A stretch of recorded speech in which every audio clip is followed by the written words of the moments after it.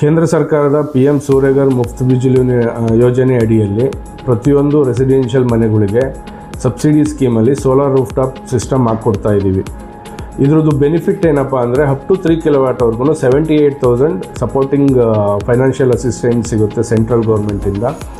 ಆಮೇಲೆ ಇದು common residential ಮನೆಗಳಿಗಾಯಿತು. ಅಪಾರ್ಟ್ಮೆಂಟ್ಗಳಿಗೆ up to 500 kilowatt 18,000 per kilowatt ಥರ ಸಬ್ಸಿಡಿ ಸಿಗುತ್ತೆ.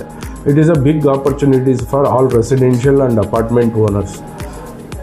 ಅದ್ರ ಜೊತೆ ಇದರ ಮೈ ನೋಡಿದ್ರೆ ಒಬ್ಬ ರೆಸಿಡೆನ್ಷಿಯಲ್ ಕಸ್ಟಮರು 3 ಕಿಲೋವ್ಯಾಟ್ ಸಿಸ್ಟಮ್ನ ಇನ್ಸ್ಟಾಲ್ ಮಾಡಿಕೊಂಡ್ರೆ 1,200ಇಂದ 1,500ವರೆಗೂ ಅವ್ರದ್ದು EMI ಬರುತ್ತೆ.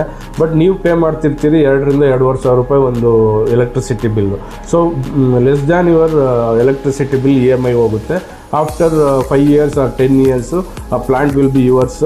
ಆಮೇಲೆ ಎಲ್ಲಿ ಒಬ್ಬ ನ್ಯಾಷನಲ್ ಬ್ಯಾಂಕಲ್ಲಿ ಏನಾರ ಒಂದು ಸ್ವಲ್ಪ ತೊಂದರೆ ಆಯಿತು ಅಂದರೆ ನಮ್ಮದು ಪ್ರೈವೇಟ್ ಬ್ಯಾಂಕಿಂದ ನೋ ಕಾಸ್ಟ್ EMI ಕೂಡ ನಾವು ಇನ್ಸ್ಟಾಲೇಷನ್ ಮಾಡ್ತಾಯಿದ್ವಿ.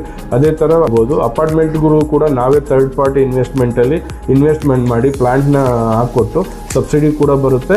ಆಮೇಲೆ ಫ್ರೀ ಇನ್ವೆಸ್ಟ್ಮೆಂಟಲ್ಲೂ ಇರುತ್ತೆ. ವಿತೌಟ್ ಎನಿ ಅಪ್ಫ್ರಂಟ್ ಇನ್ವೆಸ್ಟ್ಮೆಂಟಲ್ಲಿ ಅಪಾರ್ಟ್ಮೆಂಟ್ಗಳಿಗೆ ಮಾಡ್ತೀವಿ. ಸೊ ಕರ್ನಾಟಕದಲ್ಲಿ ನೀವು ನಮ್ಮನ್ನು ಕಾಂಟ್ಯಾಕ್ಟ್ ಮಾಡ್ಬೋದು.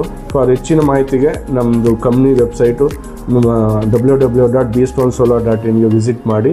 Thank you.